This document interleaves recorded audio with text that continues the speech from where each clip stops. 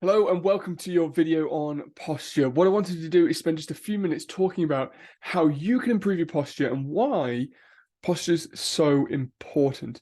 We know we should stand upright, and we've always been told to hold our head upright and adopt good posture. Maybe less so now than we used to be, but still, nevertheless, it's such an important thing for you to be focused on and doing. So if we start by thinking about why posture is so important. Posture is what keeps the body upright, and essentially, it's what keeps that back upright. Let's take the back and consider what the back actually is. And if we go inside, it's our spine. And a lot of you know that because you're getting your spine taken care of at Epoch. Now, why is your spine so important? Your spine is so important because it is the protective casing for your spinal cord. And we all know how serious the spinal cord is, or how important the spinal cord is, when someone has a spinal cord injury. And therefore, we know how serious it can be to have a bad spine. A bad spine affects the spinal cord, which affects the nerves that communicate between your brain and your body. If you wiggle your hands like this, a message has to go from your brain through your spine to your hands to control that movement. Now, as you listen to me now, your heart is slowly beating away in your chest. What's controlling the heart? The food that you ate this morning that's been digested through your system, what's controlling that? Your immune system, your cardiovascular system, your digestive system, the whole workings of your body are controlled by the nerves that come from your brain through your spinal cord to wherever they're designed to go. So any problem with your spine can not only give you back pain or affect your posture, which doesn't look very good, it can also affect the health of your entire body. So it's really important that we understand why we should adopt good posture. And essentially, if you want to become the healthiest person you can possibly be, posture has to be one of the components to help with that. So now we know how important posture is, let's think about what good posture actually is. So we all know it should be standing up with our head back, shoulders back, head straight is good posture. Now, posture, let's think about it in two planes. From the front, straight, not curved or kinked. And from the side, we should be relatively straight, not slouched or hunched. Now, there's a little bit of a myth involved with some of those, and I'm going to break them down into two parts. We're going to focus on your posture from the front first, and then we'll have a look at your posture from the side. So from the front, quite obviously, we want the body to be straight. We want to have a straight body and therefore a straight spine. Now, there are some of us who have natural curvatures in the spine, what we call scoliosis, and we can improve that to some extent, but that's more of a specific issue for you to work through with your chiropractor. But obviously, any posture like this is not very healthy for our body. Now, take that into the micro and think about what you're doing on a daily basis that might be upsetting that. So, for example, you may be working on a computer, you may be watching this on a computer, or you may be sitting on the sofa and watching TV. Now, are you facing straight onto that, or are you at a slight angle?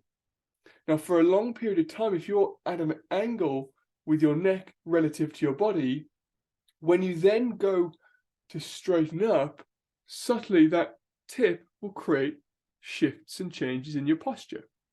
So making sure that everything that you're doing is as straight on as you can. For instance, a lot of people, I've got here a desk set up with two computer monitors. If you're working from one to the other, make sure you're turning your whole body when you work between those two. So that can start a twist and a change in the alignment of your spine at the top. Now let's think about the alignment of the spine at the base. Now, hard for me to show here, but a lot of times what people do when they sit is they'll sit with their legs crossed. And if you sit with your legs crossed, that creates a twist in your pelvis, which then starts to work its way up and creates that twist in your spine also. Now, you might not sit cross-legged, but you might sit into the corner of a sofa, or if you're driving a long way, you might be sitting in the corner one way with your arms up.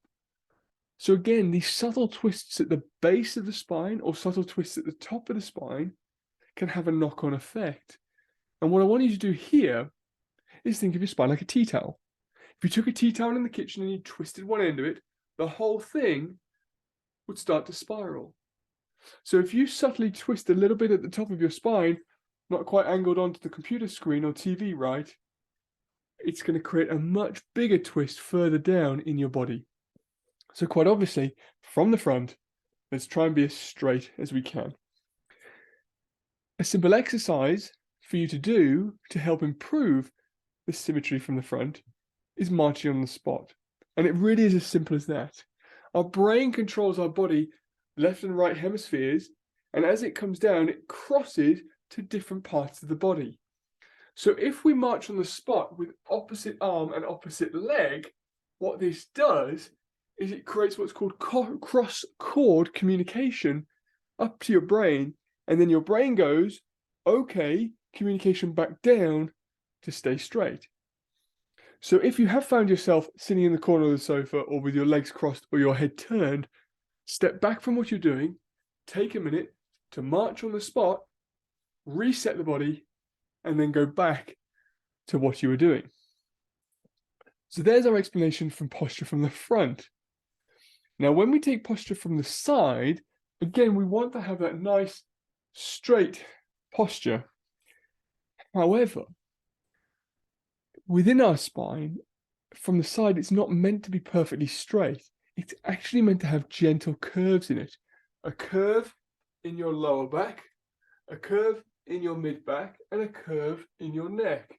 And these curves in the spine are like shock absorption and coils in a spring that help your body resist stress. If you stand too straight, you'll straighten the spine, and that's actually like pulling coils out of a spring. It doesn't absorb any shock.